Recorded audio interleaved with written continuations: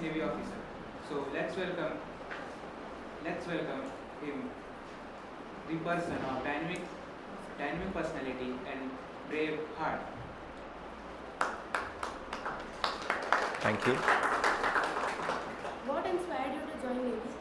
What inspired me? Okay. Well, I'm a third generation defense officer. So my grandfather, my father, and me, we all chose. My elder brother is also a defense officer. So I can say it ran in our blood to join the armed forces. And as a child, our parents decided that our kids are meant to be, going and serving the nation. And so my name is Vikrant, and my elder brother's name is Vikramaditya. And we have 2 aircraft carrier in the Indian Navy by our name. So it's that much of planning that went in. Can you, How do you handle such a high pressure job? There are no high pressure jobs. We are trained to take care of various adversaries that come our way, and we are trained well.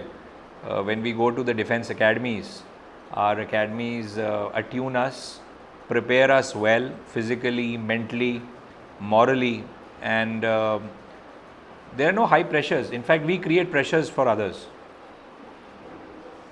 can you share any exciting or challenging experience in your time In the armed forces, quite a few of them. We carried out a lot of operations, across the country, and 2611. If you have heard about the 2611 Taj Hotel operation, that was one operation that was an eye opener for the country. We provided administrative support. I was there at the site. There were challenges that we faced, and we were not very well prepared, but then eventually we got our feet on ground. We realized the ground situation. We worked, and we rescued about 107 guests from that hotel, and we triumphed. We won over the nefarious activities that were planned. Which one is the toughest operation for you? I have done the toughest operation. Well, there are no tough operations. Every operation is different. Every operation is very challenging in its own way. It has its own modus operandi, it has its own setups. And we've done a lot of operations. We've done some operations with the joint services. We've done operations, marine operations, which are sea-based operations, some land-based operations. So there's nothing tough. As children, you should know that there is nothing tough. Everything is doable so long as you are trained. If you see an examination question paper of, say, maths, and you say that it's a tough paper, हम बोलते हैं ना कई बार कि ये बहुत मुश्किल paper आया है, तो वो टफ पेपर नहीं होता है, वो हमारी प्रिपरेशन थोड़ी कम होती है. पेपर तो अच्छा ही है, वो अच्छे से सुंदर टाइप्ड आउट है. अगर हमारी प्रिपरेशन अच्छी होगी तो वो टफ पेपर नहीं होगा.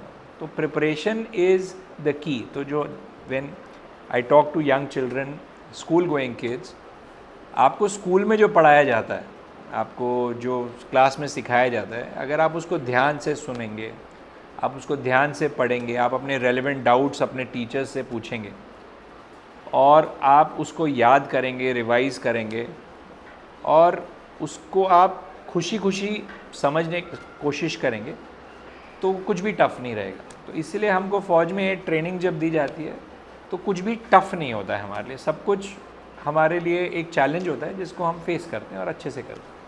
What was the training for each of you? Training.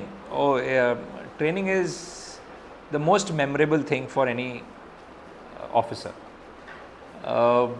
So my training happened at the Naval Academy.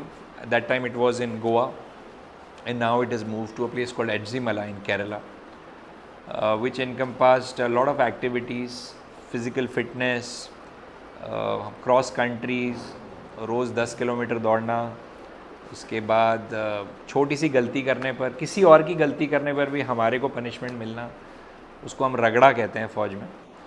और हमें समझ ही नहीं आता था कि हमें इतना रगड़ा क्यों मिलता है.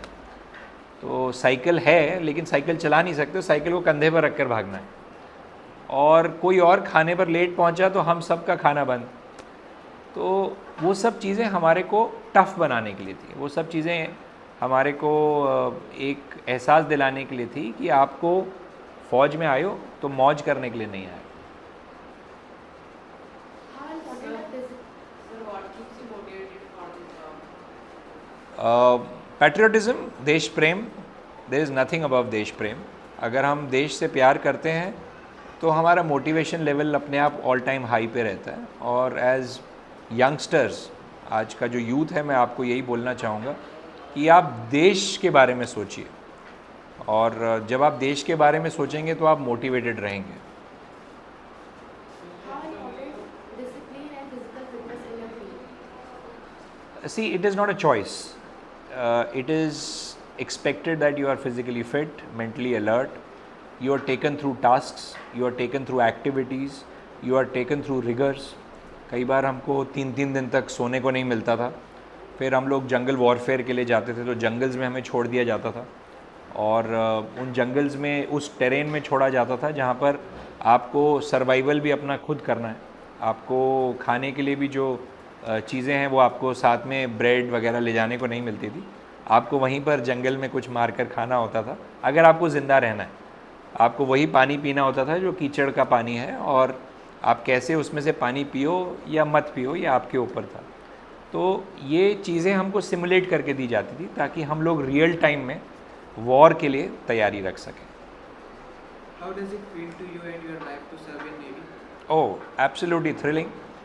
We are both a skydiving couple. हम लोगों ने बहुत सारी बार अबाउट 30,000 फीट से पैराशूट्स के साथ जंप की है, और अलग अलग type Acrobat, free fall, sky diving camps किए हैं।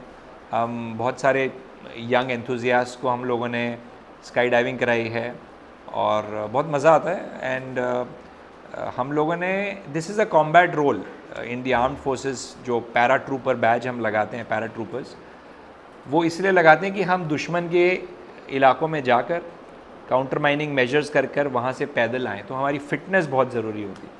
तो जब हम दोनों स्काई डाइविंग में और पैराशूट में थे तो मैं थोड़ा बहुत काम उनसे करवा लेता था कि मेरा पैराशूट आप पैक कर दो ताकि मैं थोड़ा और कुछ घूम फिर लूँ। तो it was good fun, we enjoyed every bit of it, and it was part of the career profile.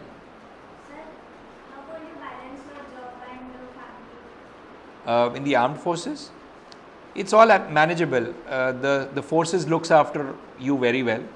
हमारा जो एडमिनिस्ट्रेटिव अरेंजमेंट होता है, जो हमारे घर होते हैं, जो हमारे हॉस्पिटल्स होते हैं, जो हमारे को सुविधाएं मिलती हैं, वो बहुत अच्छी होती हैं। और सबके जीवन में, आपके भी जीवन में 24 आवर्स इन अ डे, और हमारे भी उतने ही हैं। आप थोड़ा सा डिसिप्लिन से, अगर टाइम से हर चीज़ करोगे तो हर चीज़ मैनेजेबल है। What are the values Navy life taught you? Patriotism, which is देश प्रेम, इंटीग्रिटी एंड ऑनेस्टी, कि हमेशा ईमानदारी से अपना काम करो, डिवोशन टू ड्यूटी, कि जो काम करो उसके प्रति अपना पूरा समर्पण दो, leading by examples. As officers हमारे को अपने सोल्जर्स को मिसाल के रूप में खड़ा होना पड़ता है। ये नहीं कि तुम दौड़ो और हम देखेंगे, या तुम फायरिंग करो और अच्छी फायरिंग करो और हम फायरिंग नहीं करेंगे। तो leading by example is very important.